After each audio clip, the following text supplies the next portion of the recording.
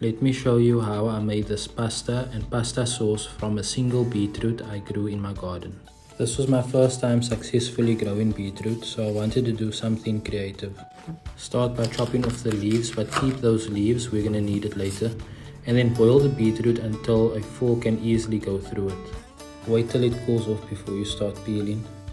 I cut a small piece of the beetroot off to try.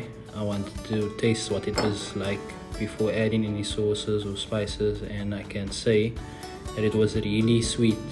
After these few years of making food, I'm happy to say that my palate has developed to a point where I can appreciate the sweetness of a vegetable like beetroot. Now, beetroot leaves are edible and you'd normally see them being used in salads, but I want to try adding these leaves to a basil pesto. And if you're looking for a recipe for basil pesto, you can check out my TikTok, YouTube or Instagram for the recipe. Now we'll be processing the actual beetroot, and you'll be using half of it for making the pasta and the other half for making the sauce. Making the pasta is surprisingly very simple. You just need 1 egg for every 100 grams of flour and some salt to taste. I plan on making 4 servings, so I'm using 200 grams of flour. You want to create a mound of flour with a well in it and crack the eggs in the well, using a fork to slowly incorporate the flour and the eggs together.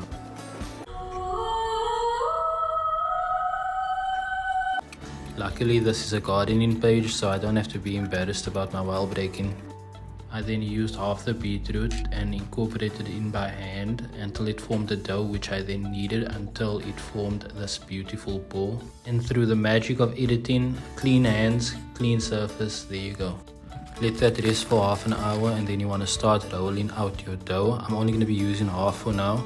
The pasta will expand once it's boiled, so you want to roll it out thin enough until you can see light through it. In my opinion, I think the least labor intensive pasta we could have made is this fettuccine style pasta.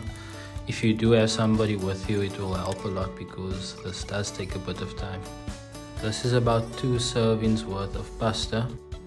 And for the sauce, I'm adding 100 grams of feta cheese, the other half of the beetroot, 2 cloves of garlic and 4 tablespoons of plain yogurt. Feta cheese is really salty, so you'd want to taste before you add any salt. This isn't dry pasta, so it's gonna cook really fast. It took about 3 minutes until mine was al dente. And you know I have to reserve some pasta water. I don't want anyone coming after me. On a low heat, you want to warm up your sauce, and my mommy taught me not to waste, so I'm gonna be adding that pasta water in to get the rest of that sauce. I'm incorporating the pasta into the sauce, and now we are ready to plate up. For me, this came out really amazing. The sourness of the feta cheese and the sweetness of the beetroot really complement each other. I topped off the pasta with the basil I made earlier, some cream cheese, and some chives and parsley from the garden.